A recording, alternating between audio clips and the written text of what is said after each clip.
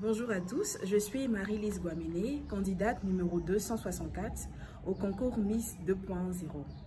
Nous sommes en Amérique, en 1950. L'Amérique est en plein boom industriel et les usines recrutent des ouvriers en masse, des ouvriers par milliers, surtout les ouvriers noirs, pour travailler dans les usines.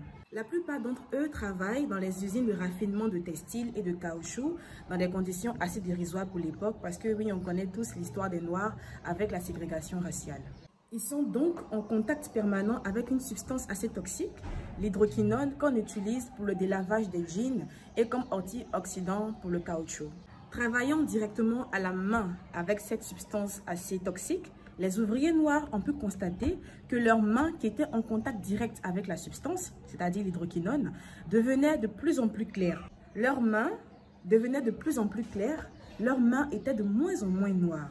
Ils ont alors pris conscience, ils ont alors découvert, ils ont alors constaté la capacité blanchissante de ce produit qu'on appelle l'hydroquinone. C'est donc ici qu'en 1955, le marché de la dépigmentation voit le jour. Aujourd'hui, surtout en Afrique, la dépigmentation est un réel enjeu de santé publique, car ce phénomène social touche 64% de la population, d'après une étude réalisée par le docteur Antoine Petit, chercheur dermatologue à l'hôpital Saint-Louis de Paris. Nous le savons tous, et on ne cessera jamais de le dire.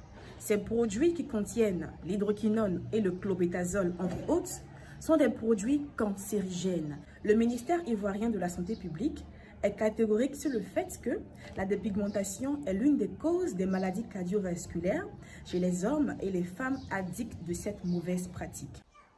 Pour conclure, qu'est-ce que je pourrais dire? Tout ce que je peux dire, c'est oui, je veux séduire. Oui, je veux paraître plus belle, plus beau. Mais à quel prix? À quel prix?